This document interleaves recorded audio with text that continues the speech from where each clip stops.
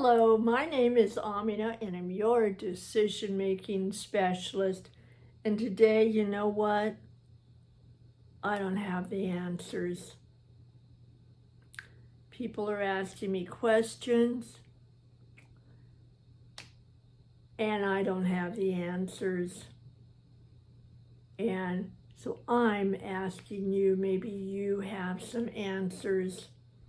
I think they're answers that we all have to make ourselves, and maybe in some way we can join together and take action on those answers. Well, what I'm talking about are questions.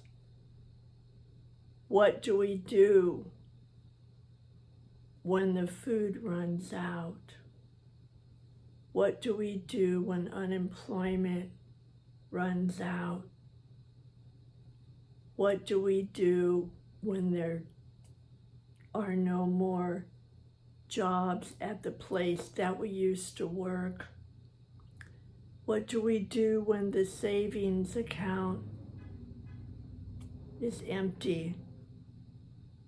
What do we do when everywhere we turn, people are saying no? What do we do? What do we do when people get in line at 5:30 in the morning for food? By the time they get to the line at noon or 11:30, the food is out. The people are there that hand out the food and they care. And they're there to serve. It's just, what do they do when there is no more food, when the donations are done? What do they do? What do they tell the people? What do the landlords tell the renters when the renters tell them they just don't have the rent? For years and years, sometimes they've lived in the same place. They've always paid the rent. What do we do when people feel so helpless and there doesn't seem to be a light anywhere on the horizon? What do they do with the hurt, with the fear, the uncertainty? Most of all, what do they do with the shame? And you know what? We're not talking about, oh, people over there in another state, in another country. No. Walk up and down your street.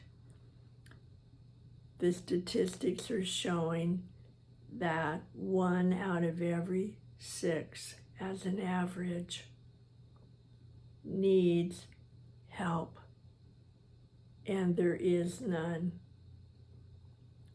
They're living in quiet desperation, trying to cling to some kind of hope.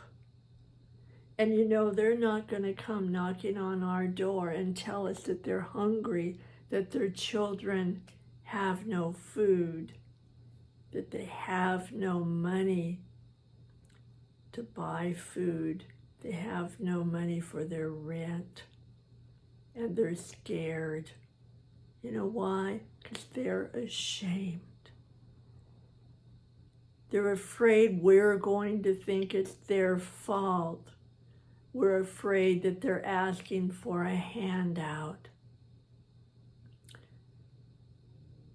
They are worried that there is no one left to help them.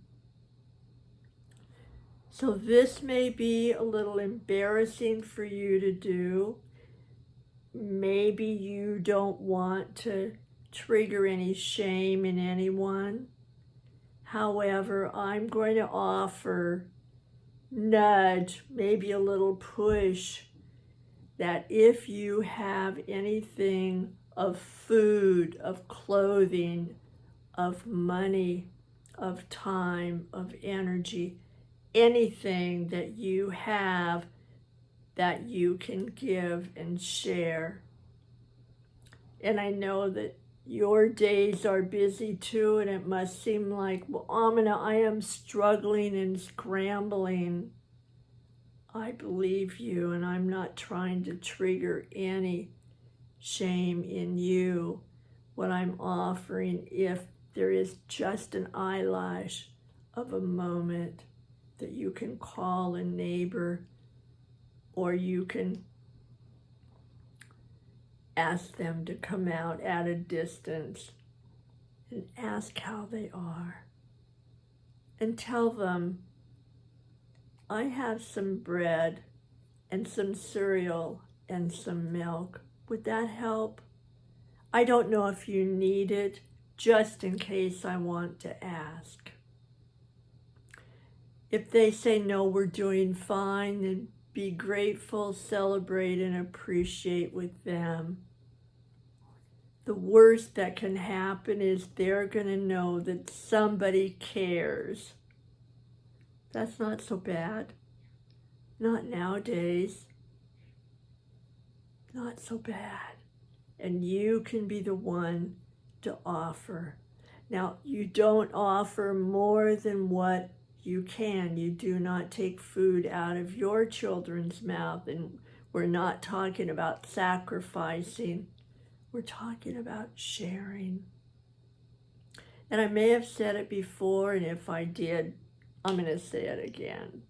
And that is, there's a Chinese proverb saying that says, if you're walking down the street and you find 2 pennies, keep one for yourself and then share the other one with somebody else. So to keep that in mind, that I, anyway, am talking about being able to share,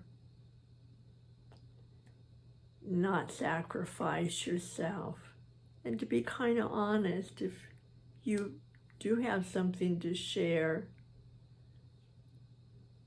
do.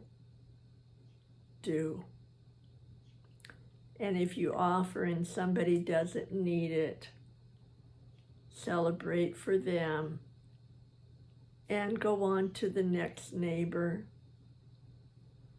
They're there. And if you are one of those neighbors, I am hoping that a neighbor will come and ask you. And it takes more courage than I can imagine that you might ask a neighbor to help you when you need something. If you're that brave, and I'm not sure I could be, then please take the courage. Let them help. They may be too embarrassed to ask. I think this is a time that, we just have to be straight honest in our feelings and our scaredness with each other. I don't think we have the luxury of pretending anymore that everything's okay. Because you know what? It's not. Some of it is, some of it's not. I know I've gone on and on with this, and I've just been trying to say it in a way that is meaningful and that will work for you. I don't have all the answers, as I said in the beginning. I have a simple offering, and that's it. And whatever you choose to do, please share when you can. Give a kind voice or smile when you have it. and be willing to accept help if somebody offers it to you. All right? Thanks for coming. Take care, and please come back tomorrow. I'll be here and you matter. Thanks. Bye for now.